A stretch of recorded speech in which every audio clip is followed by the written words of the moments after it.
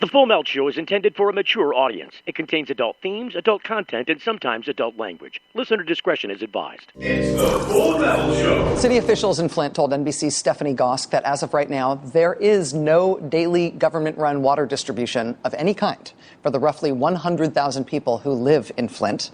The tap water is still unsafe there, but there's no other distribution of water there other than the unsafe tap water. No other distribution of water that's been arranged by the city or by the state on a daily basis.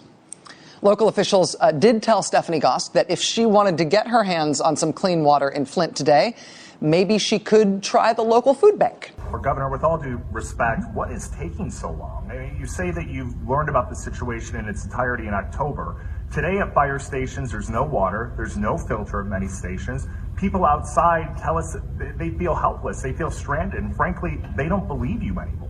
At what point do things change? Why isn't FEMA out here right now with trucks handing out water to people that need it? Again, I think you're going to find the fire stations hopefully do have water and filters. We don't today. We started ramping up, again, this whole process in terms of providing resources to people. We had been doing that for months, but we need to do more. And so that's the whole process. That was part of the declaration done by the mayor, followed by the county, followed by the state. And we're going through the appropriate protocols to get that done with the federal government. But it's not working. There's no water right now at the fire station on Atherton Road. There's no filters. So whatever you've been doing is not working. Well, we're continuing to work hard. It shows there's demand, and we're going to continue to step up our efforts. The story of the lead poisoning of Flint, Michigan is now national news, which is great. But it is absolutely ongoing and live and not a solved problem. This is like, the only analogy I can come up with here is like, this is a mugging that is underway right this second. A mugging that is happening. That is not the time to convene a meeting on getting better street lighting and how to ramp up our policing in high crime areas, right? This is the time to stop the mugging that is underway on the street right now where an actual person is getting beaten up and robbed. Flint, right now, does need, long-term help and planning. It also needs an emergency response right now. Like, it needs a FEMA-style response, if not a FEMA response. Flint needs, the Red Cross, National Guard, trucks full of water, tonight. Governor Rick Snyder met with the mayor of Flint today, Karen Weaver. Interestingly, the governor did not get off his tuchus and take himself to Flint. He made the mayor come to him in Lansing. And yes, they're talking about all kinds of things they want to plan to do in Flint as this emergency response rolls out. But right now, the water is not safe in Flint. Right now, and the way people are dealing with this man-made disaster in Flint, both in getting water and in helping their neighbors, is amazingly catch as catch can, voluntary, and just local people doing it for themselves on their own initiative with whatever they can scrape together with no help from the city or the state. Awesome. Are you high? What are you talking about? This is the Full Melt. The Full Melt Show. A marijuana discussion about news, culture, politics, and lifestyle. FullMelt.com. Toll free. 844-420-TALK. 844-420-TALK. Welcome to the show. I can tell you after hearing that piece and living just a few miles south of Flint, Michigan myself. So glad I don't live in Flint, Michigan. Boy, I got stories to tell you about Flint, Michigan. Let me say this.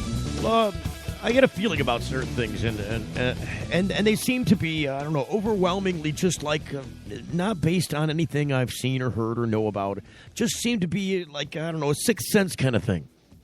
Especially when it comes to politics, and I don't know what to attribute it to. I don't want to call it a sixth sense, but it is. It's not based on anything that I know about. It's just based on this horrible gut. And this happened, I think, strongest. Honestly, it did when and maybe it's just my personal feeling that's prevailing. Maybe it's just that, but I don't know. I've always been a fairly good judge of character. And back in the 2000 election, when we were questioning the presidential election, who's going to be president? Who are we going to vet out for that? And you got this shoot from the hip He, bang, bang, bang. Gotcha. Not going to play your gotcha game. When I saw that guy pulling ahead in the polls and actually win the president's seat,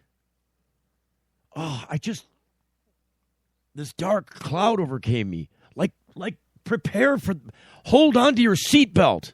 Grab onto the OS bar. That's the shit bar. You ever had to grab the shit bar in the car? Oh, God, he's turning too hard. Oh, shit. And you got to grab the bar. It's really just meant for getting in and out of the car. It's all it's meant for is to accommodate you getting in and out of the vehicle. But sometimes you got to grab it if you got a crazy driver. Well, we had a crazy driver starting in 2000. I mean, this is a man who put our country into horrible chaos. I mean, 9/11 happened on his watch. He buried our global economy. I mean, just terrible, horrible things happened as a result of that man coming into office.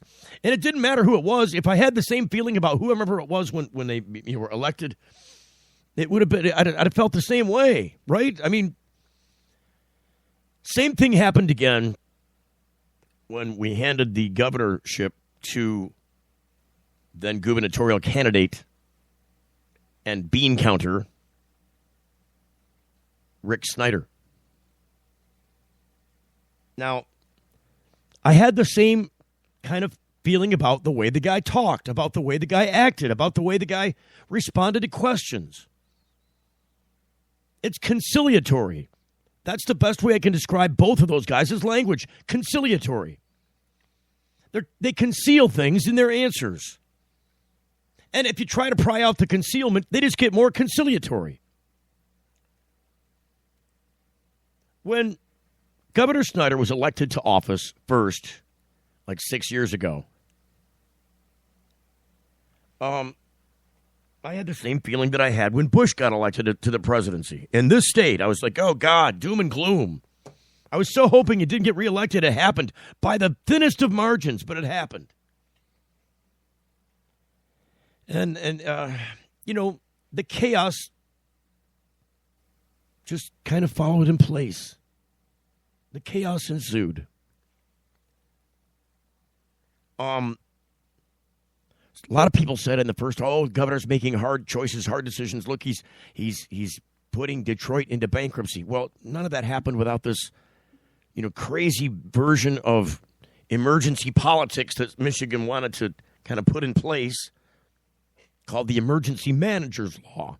Now, the Emergency Managers Law here in Michigan is like no other in any other state in the country. There is no other emergency managers laws in other states.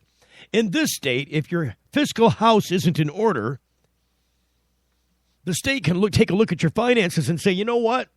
We're declaring an emergency on your behalf, and we're going to disembowel your city of its entire government. And we're going to put in its stead an emergency manager appointed by the governor. And they did this with Detroit, and then that guy put the city into bankruptcy, right?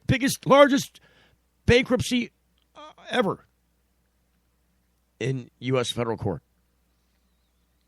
Largest one ever. And a lot of the cities around the country are looking at this going, does this make sense for us? Can we file bankruptcy? There's no question that bankruptcy helped to turn Detroit around. Was it done the right way? You could debate that all day long. But it wouldn't have happened. I can tell you this. The city of Detroit's elected officials probably would not have done what that emergency manager did. And that's why the governor replaced the elected officials with an appointed governor. I mean, basically, he's the king of the city. Everything goes through him. Everything. They also did this in the city of Flint. And it was during that tenure. Now, mind you, if the governor appoints somebody, he's an agent of the state. It's no longer the people of the city of Detroit or the people of the city of Flint. And there's many other communities that have fallen under this. Same thing they do the same thing with the schools. Appoint an emergency manager. They take the local control away from the elected officials there and place it in the hands of an appointee. So now you've got the state government instead of local government controlling not only a school entity, but the city itself. And there's been a lot of ballyhoo about, is that good or is that bad? I've always said it's been bad. In this country, it's never good to take away your elected representation and replace it with an appointee from anywhere. The guy doesn't, in my view, in my eyes, have any meritorious position by which to lead. It doesn't make any sense. It's antithetical to our system. So when you've got the state government doing the stepping in like this, without the people having any control whatsoever of what's going on, and then the state makes terrible decisions that the elected officials obviously would again never make themselves, because the city people of the area would never put up with it. They'd never tolerate it. They'd throw you out. They'd have a recall election and have you out spinning on your chair in about 3.5 months. Something. They'd do it. They've done it in the past. So I'm tremendously bothered that my friends in the city of Flint, and I have a lot of them, have over the past 2 years been knowingly poisoned by the state government. And there's more to this to come. I mean, there's more about this story to tell just in this program. And incidentally, the reason that I bring this up, the angle that I have on this is Flint's a big medical marijuana community. Flint is one of those safe havens for medical marijuana growers and dispensary owners, patients and caregivers. David Layton, the county prosecutor in Genesee County, in which the city of Flint resides, understands, and I believe he's, he holds a nonpartisan position, but it's obvious, clear he's definitely liberal. He's definitely left-leaning. He's probably Democrat, right? Of course he's a Democrat. And I put nothing on party name. I don't. I put all merit in policy. And if your policy is to erase the will of the people through elected representation and unconstitutional, I think, an unconstitutional replacement of government authority, and they screw things up so badly as to poison the water supply for a period of 2 years knowingly. I mean, these people knew about this. This isn't something that happened behind their backs. This isn't something that was accidental. These people made monetary decisions that had terrible consequences for the city, and the city did not elect these people. So I want to know, did your marijuana grow get screwed up by lead contamination and toxins from the city of Flint's water supply? You're getting the full melt.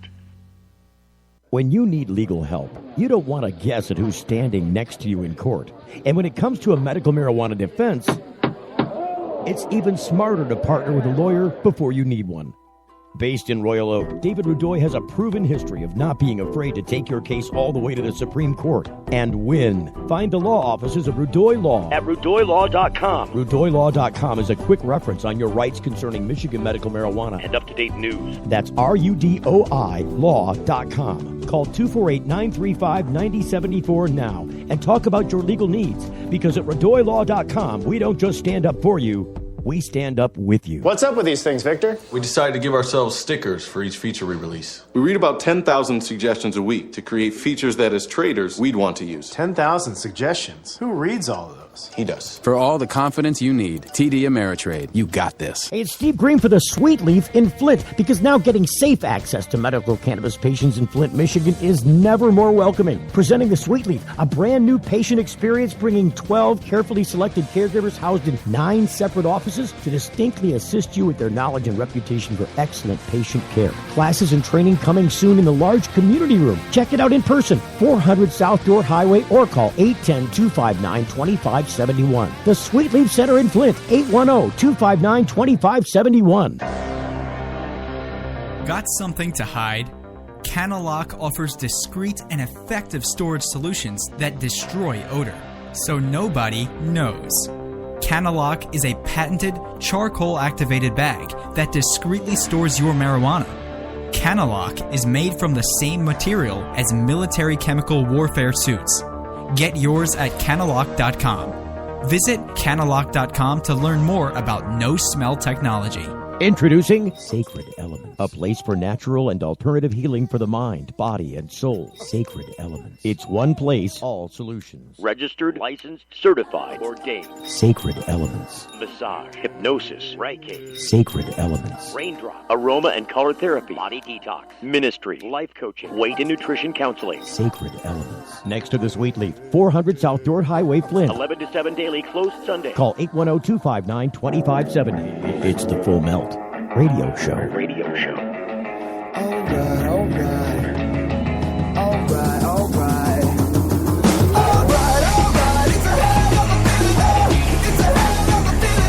All right, so if you want to join in on the program tonight, and I hope you do, 844-420-TALK, 844 toll-free, 420-8255 is the number for the radio program. If you are in the city of Flint and you open up your tap water, you may experience something coming out of the tap that looks like something more like you would flush down the toilet. Here's how this happened. In desperation, because the city of Flint was, having some obvious financial difficulties. I mean, if you remember the movie Roger and Me from back in the 80s, when GM first started pulling out of Flint and started building factories overseas and exporting those jobs, you saw a tremendous decline. I mean, that's what the movie was about, the decline of the population of the city of Flint. These were all blue-collar workers. They all worked in the auto industry or in some ancillary business. And all the other businesses, the eateries, the shops, the gas stations, all the other supportive businesses relied upon that income. So when they started closing factories where their headquarters existed and started moving that stuff either out of state or out of country, most places out of country, the city took a big hit. And it was really kind of foreshadowing of what was to come in Detroit, right? I mean, Detroit happened. It had the same exact thing happened over a longer period of time, and it had other issues that played into it, but we won't get into all of that. The population declined, and when that happens, property values go down, properties become dilapidated. They're not worth as much as they used to be.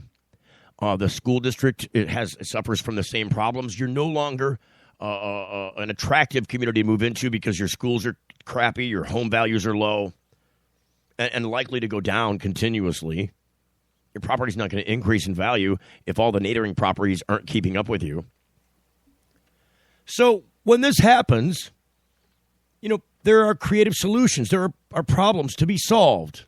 Sometimes it's just making the right decisions and sticking through with what you got. Sometimes that's intolerable. And in the position of the state of Michigan, at least the governance of the state of Michigan,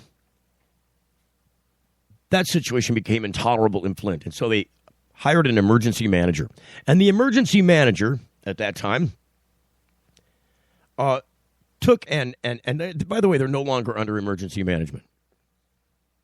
There's now a mayor that's back in office in the city. But during this emergency management period, a number of decisions were made about fiscal issues in the city of Flint, and one of them regarded the water supply, which was at that time being piped in through a pipeline from Detroit. The Detroit water supply, basically the Detroit water system, was being exported to the city of Flint. Now, this was a problem from a couple of different standpoints. See, remember, Detroit's also going through some issues and problems. And so, it wasn't shortly after Flint had their situation. I don't remember if it was before or after they put an emergency manager in place in Detroit. But, they're making money off the city of Flint by selling that water to them. I mean, they were paying for it. City of Flint was paying for that water supply. But at least it was treated properly. At least it was clean water. It's drinkable. It's good city water. It's a clean, fresh supply. And so when when they made the decision to stop the bleeding of, fiscal blood from the city of Flint, the emergency manager decided, look, we're not going to pay the city of Detroit, who's now going into bankruptcy themselves. I mean, city of Detroit could just screw us over anyways. We're just gonna cut off the water supply from the city of Detroit, and we're gonna start drawing water from the Flint River. Now that would have just made alarm bells go off in any, reasonable person's head.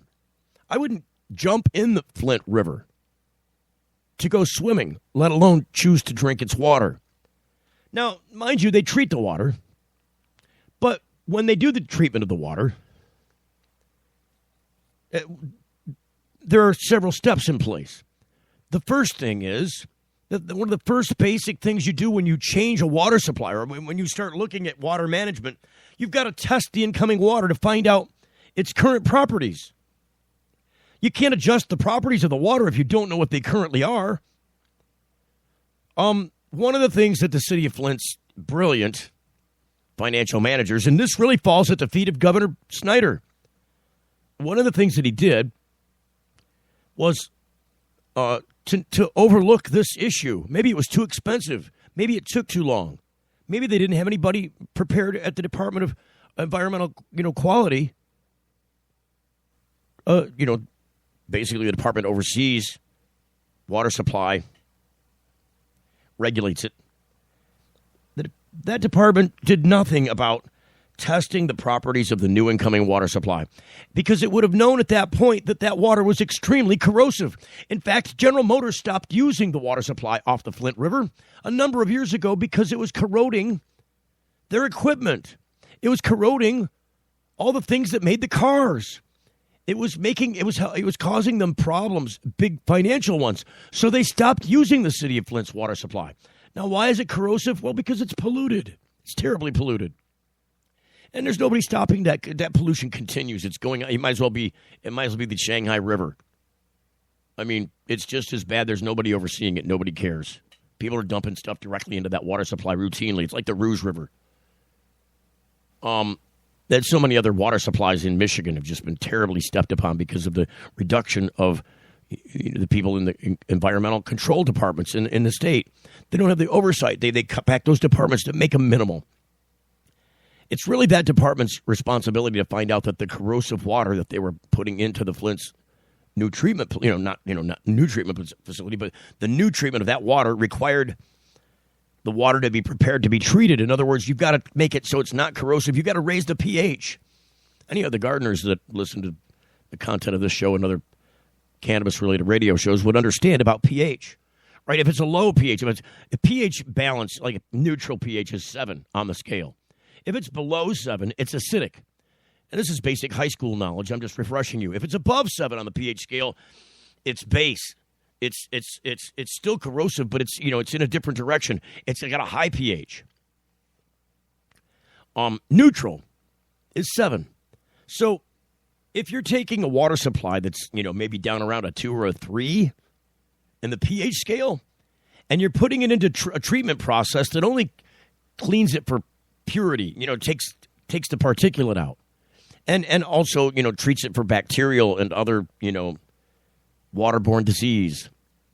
It does it with light. It does it. Well, there's a number of processes. We won't get into all that.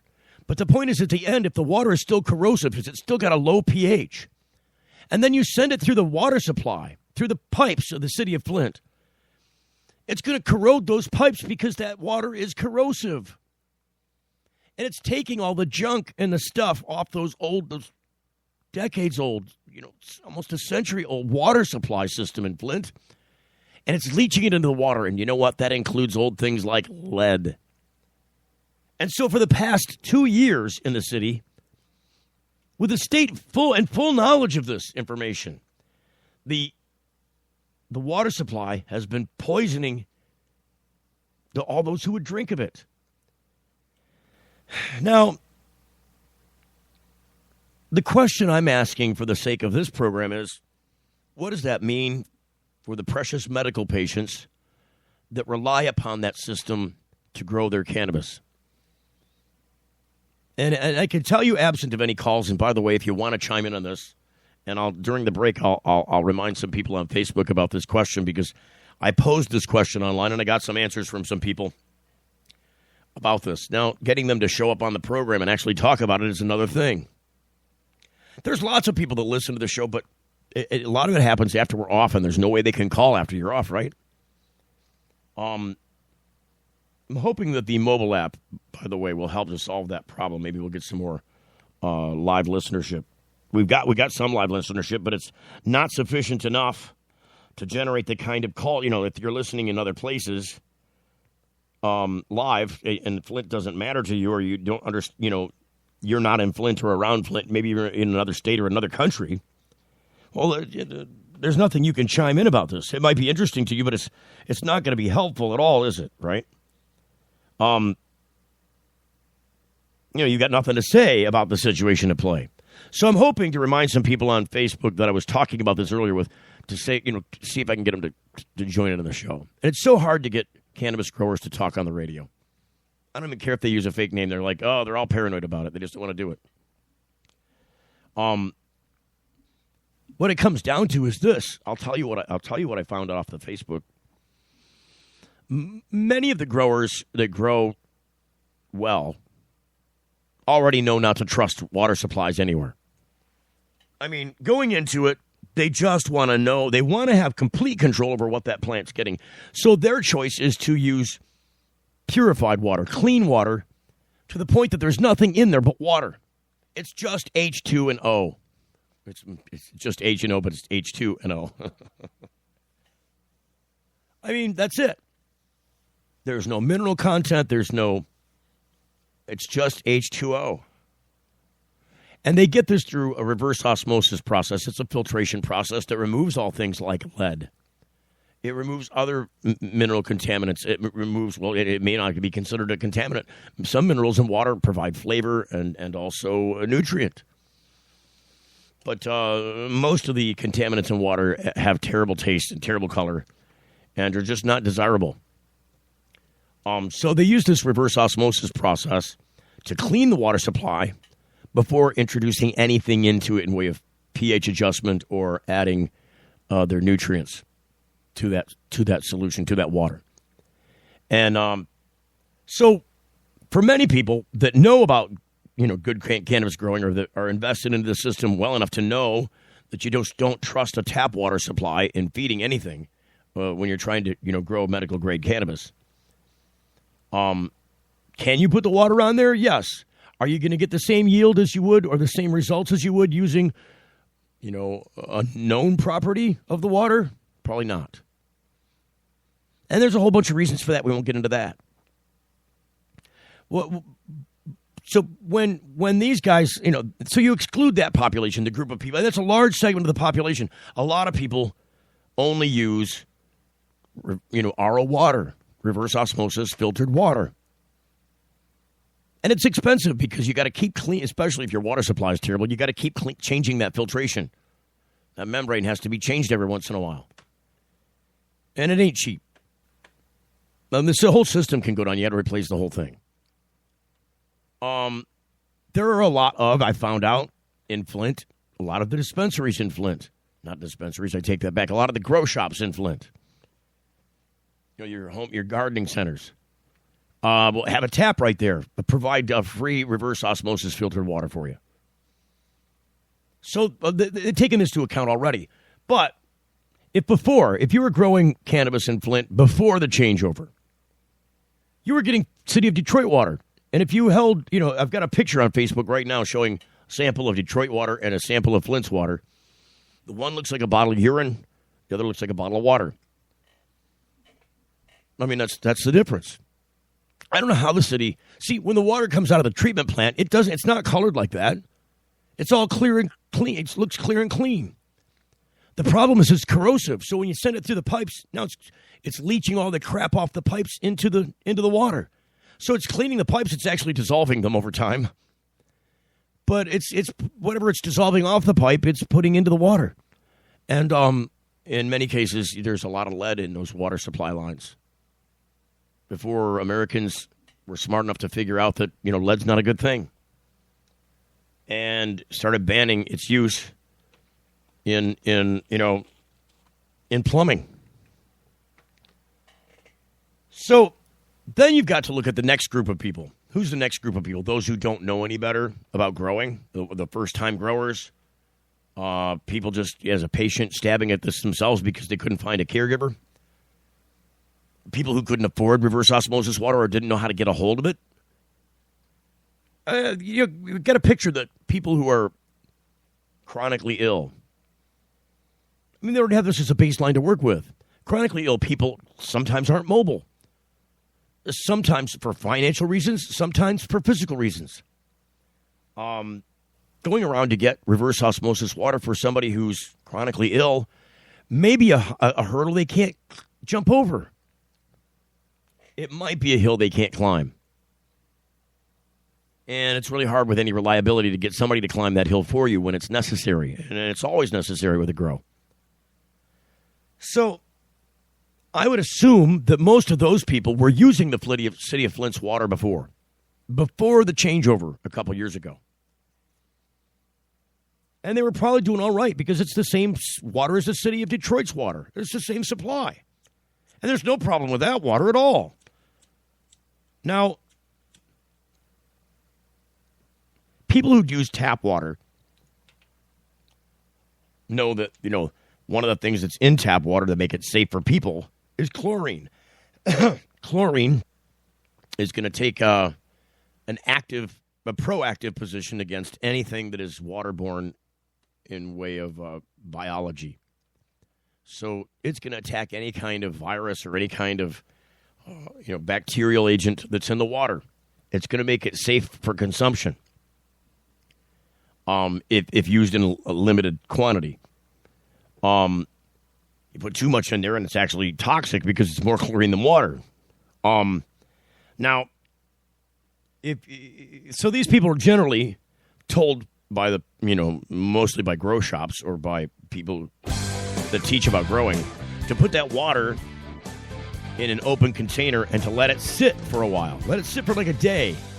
Maybe put a bubbler in there. And what it's going to do is it's going to stir the water around, and the chlorine's going to evaporate before the water does. So at some point in the next 24 hours, that water's going to be clean of any chlorine, and it's clean water now.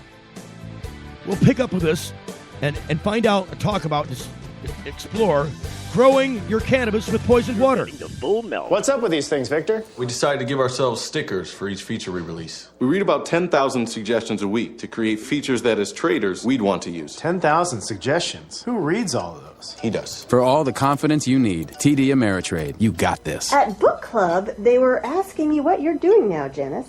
Blogging. Your blog is just pictures of you in a mirror. It's called a fashion blog, Todd. Well, I've been helping people save money with Progressive's discounts. Flo, can you get Janice a job? You should have stuck to softball. I was so much better at softball than Janice dead. Where's your wife, Todd? Vacation. Discounts like homeowners, multi-policy. I got a discount on this ham. I've got the meat sweats. It's good ham, Diane. Paperless discounts. Give it a rest, Flo. Yeah, Flo, give it a rest. We ask people to tell us something that happened in their past and something that might happen in their future. The good things were put on yellow magnets and the bad ones on blue. The results show the past was a pretty even mix of good and bad, yet the future was almost all good things. Now that you've seen the results of this experiment, what does it mean to you? We all want to think about positive stuff. Realistically, there will be downtimes. It's great to think optimistically, but let's plan for whatever the future might bring. Prudential, bring your challenges. If you're like us, your pets aren't just animals. They're members of your family. Pet Pain CBD hemp oil drops are great for aging as well as active dogs and cats. Some people are apprehensive about hemp treatments for pets. They ask us, what are you smoking? Absolutely nothing, and neither will your pet. Like other hemp-based products for humans, the allure is all of the benefits of cannabis without any of the high. The CBD oil has shown to rejuvenate the bones, joints, brain, stomach, eyes, and heart. And the drops contain absolutely no corn, wheat, soy, artificial colors and flavors, or preservatives. Pick some up today. Visit petpain.com or ask for Pet Pain at your local pet store.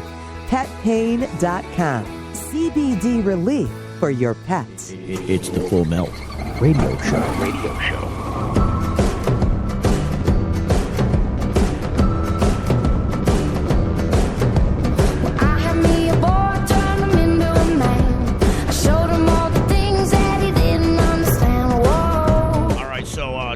water in Flint. City of water. It's a city lacking water right now, isn't it? I mean, it's got water.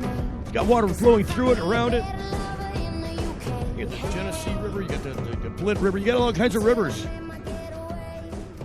I mean, if you ever fly over the state of Michigan and you look down, I noticed this the first time I got in a small plane as a kid. I'll tell you about that interesting story later because it was interesting. We were in experimental aircraft and the pilot fancied himself. What do you call it? A daredevil. So we did some daredevil maneuvering, including some rattling of my grandparents' shingles. But if you fly over the state and you look down, you're amazed that the state looks a lot like, I mean, it looks mostly like a sponge is what it looks like. And it's just amazing at how much water there is there.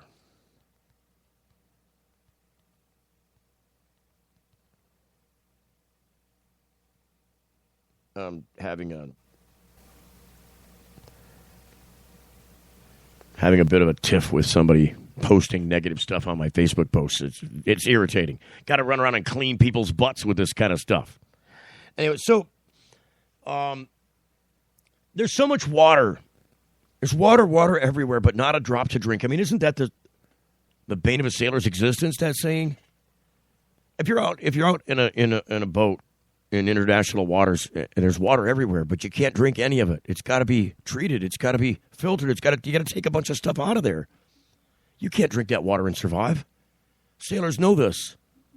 And that's what it's like in Flint now. There's water everywhere, but not a drop to drink. I mean, how can a state government install an emergency manager who makes a terrible decision like this, and as soon as they're made aware of this terrible decision and what it's done, they've already switched back to that Detroit pipeline. They're already paying Detroit again for that water, probably at an increased rate. Probably paying more for that water now than what they did when they sold the pipeline back to them. Because I think that was Flint's pipeline before they sold it to the city for $3 million. Now I'll bet you they're paying through the nose for it to get that water back. Just a terrible decision. It was bone cutting. It wasn't cutting fat. It was cutting bone. And then, so now they've got an artificial limb in there, pretty much. I mean, that's what it comes down to. The actual pipes are now in question with regards to, can the pipes be used at all anymore? Are they permanently damaged? At which point, if they're not permanently damaged, can you rely on them for delivery of water again? And then can you ever rely on the decisions made, at the state government level to make sure that water supply is clean and usable? In California, cannabis growers know that water is critical. You cannot grow a cannabis plant without water. It's extremely consumptive of water. It's right up there with watermelons and pumpkins in regards to the amount of water it sucks up. It's a lot. So in California, where they've been dry, I mean, the state, if you look at the drought map on the state, and I'm sure it's changing now because you got this El Nino water coming in, although most of it seems to run off instead of be trapped. But they've got a solution for that, too. They got water bladders that trap that water. And cannabis growers are using that, they've implemented that technology. Get this big water bladder that they use to fill up with water during the rainy season, and then they trap it then, and then they re-release it, use it in the summer months when it's dry. If you're dependent upon any economy, and that economy is dependent upon water, and they all are, pretty much all of them, and the water is poisoned, what are you doing? I know for a fact by many of the posts on Facebook regarding people in Flint and having this discussion with people who've had this discussion with other people in Flint, particularly growers, that there are a lot of people, when the water transition happened, and really probably without too much warning to the citizens, without too much knowledge made available, in a public way that, hey, we've changed the water supply. Check your water and make sure that it's okay. I mean, you shouldn't be telling. They're paying for that water. You pay the city for that water. It better be potable. It better be something you could open the tap on and drink from. If it's not that, then what are you paying for?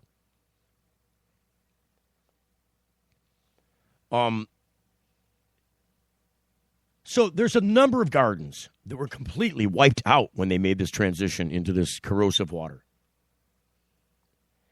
And now I'm being told, and I've got pictures of current water coming out of there.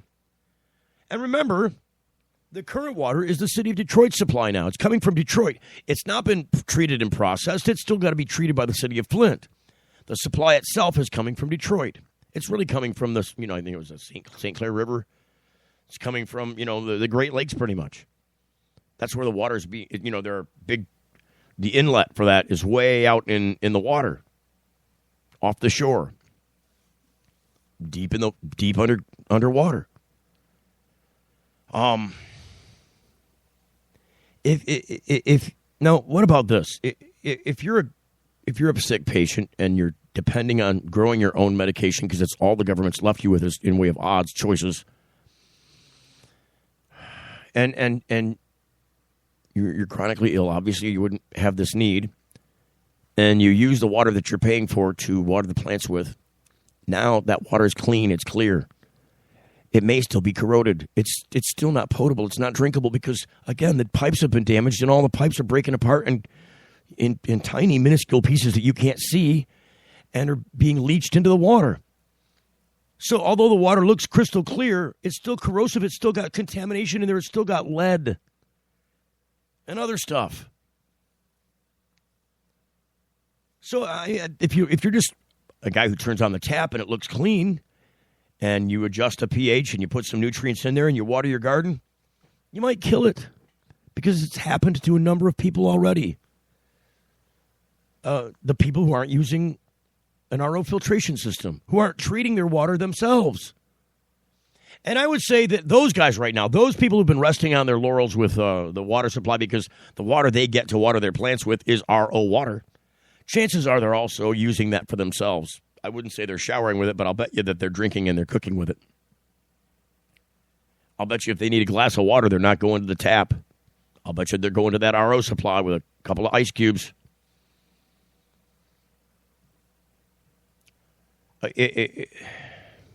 So now you've got these sick people who are already being beaten up by their government in way of, hey, you're growing pot and it's illegal and you've only got this small protection and we found a way to classify you outside of that protection.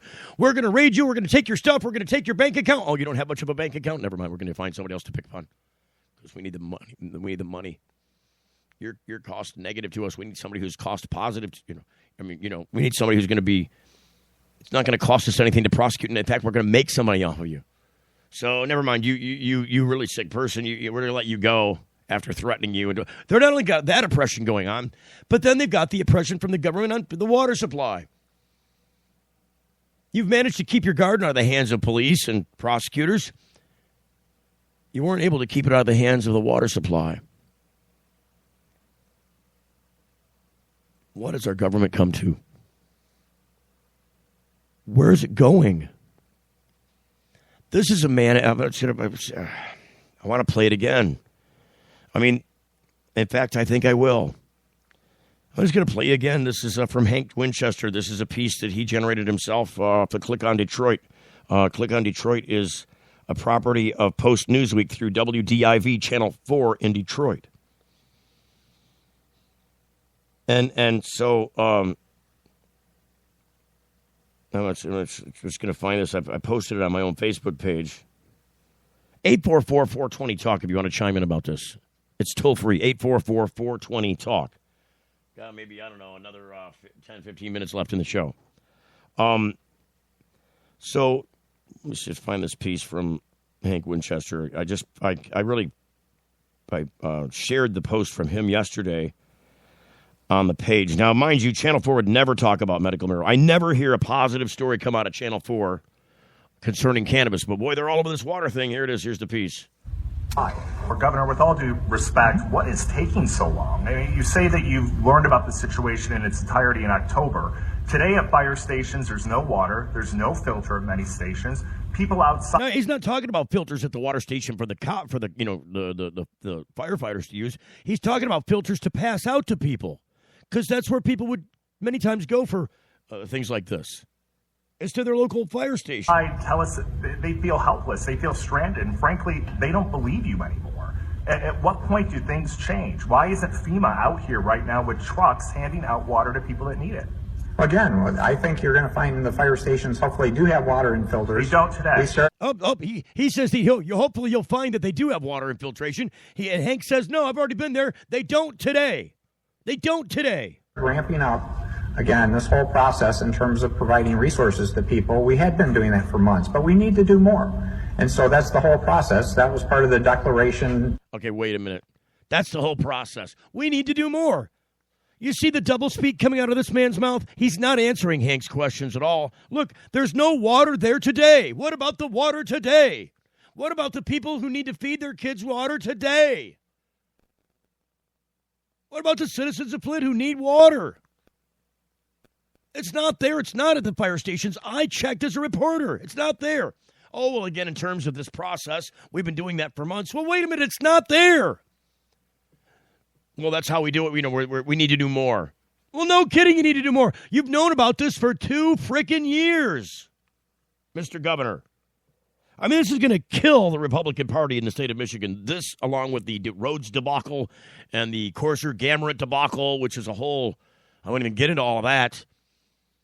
It's terrible, terrible stuff going on at the hands of a governor with a rainbow wig, big floppy shoes, and a clown nose. Done by the mayor, followed by the county, followed by the state, and we're going through the appropriate protocols to get that done with the federal government. But it's not working. There's no water right now at the fire station on Atherton Road. There's no filters. So whatever you've been doing is not working. Well, we're continuing to work hard. It shows there's demand, and we're going to continue to step up our efforts. Flint's mayor.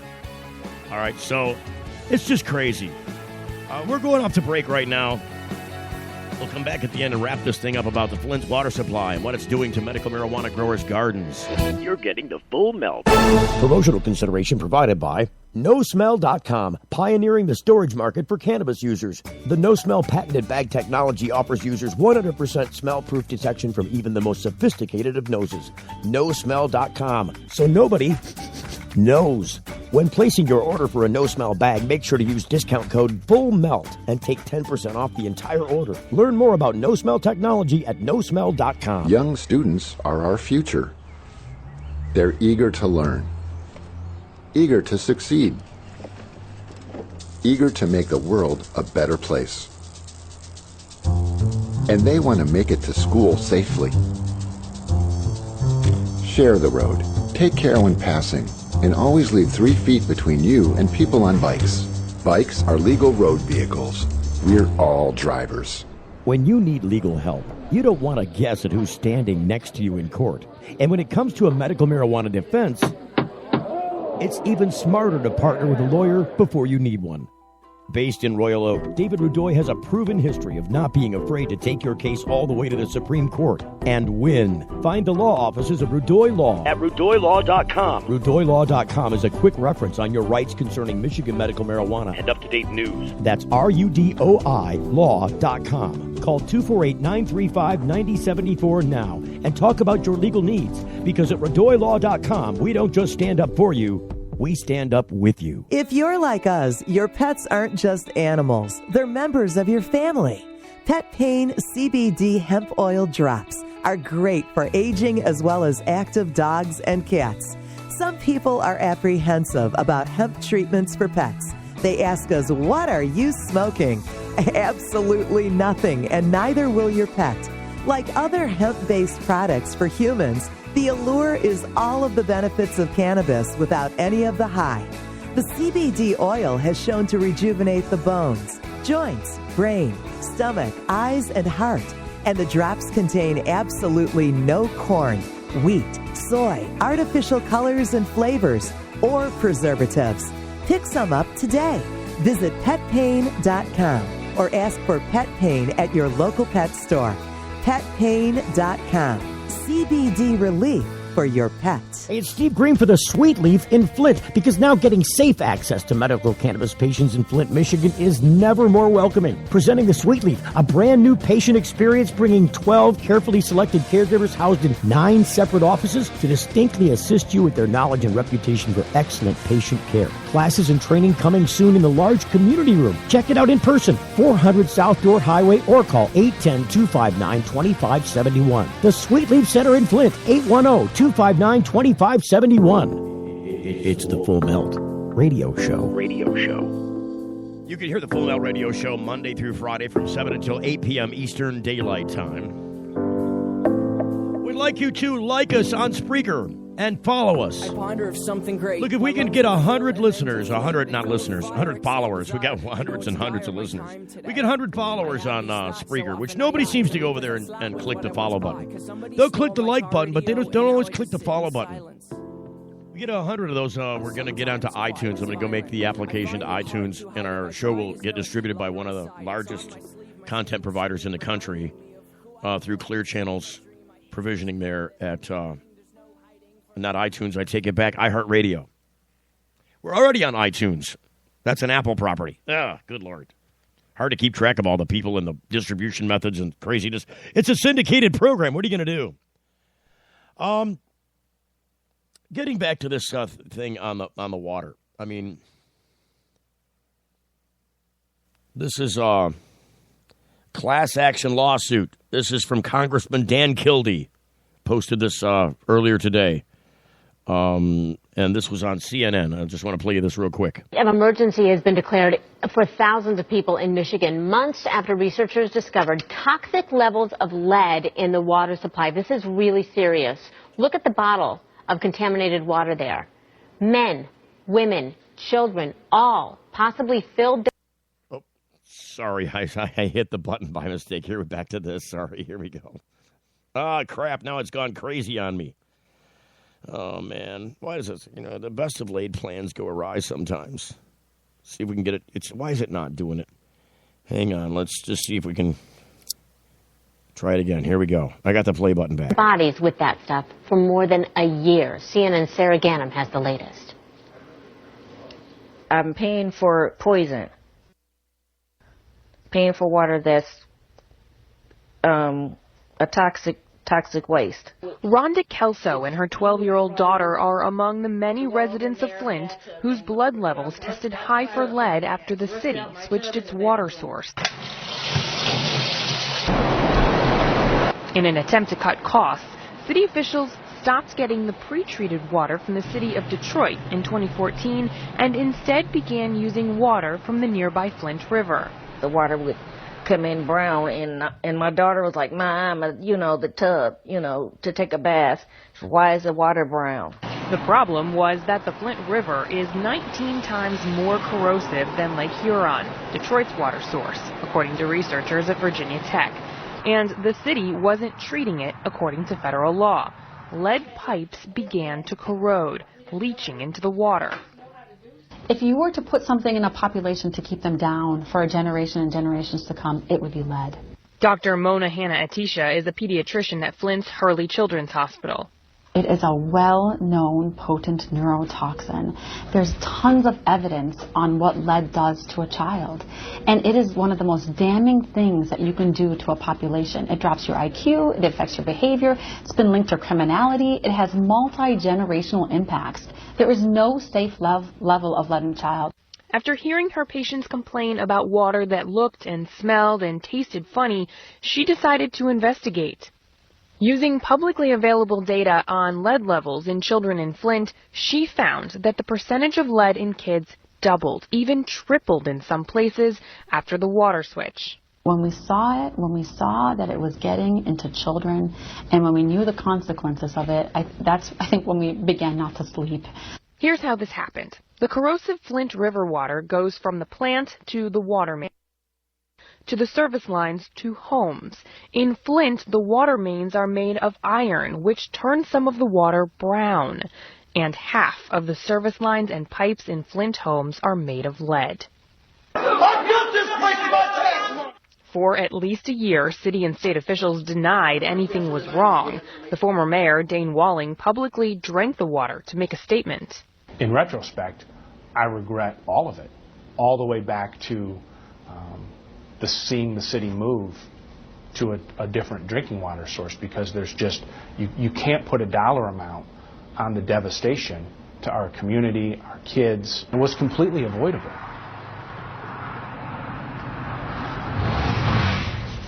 Christy, we're here at the Flint water plant, but there's no water here. That's because in October, the city actually switched back to the Detroit water source. The thing is that experts say that doesn't mean the drinking water in Flint is safe now, because the pipes were so badly damaged. And the crazy thing about all of this is that the fix was about $100 a day. All of this could have been avoided for just that small amount of money. Wow. Christy? All right, Sarah Ganem, we appreciate it. Thank you. Well, filmmaker Michael Moore, who is from Flint, Michigan, is calling for the United States Attorney General to prosecute Governor Rick Snyder over his handling of the Flint water crisis. Watch. It wasn't caused by Mother Nature. It was caused by a governor who was trying to save a few dollars and force the city to stop drinking clean water and instead drink poisoned water. Listen, if they are at fault, I'm just as angry at the EPA. Obama, the Democrats, EPA, nobody gets a pass on this.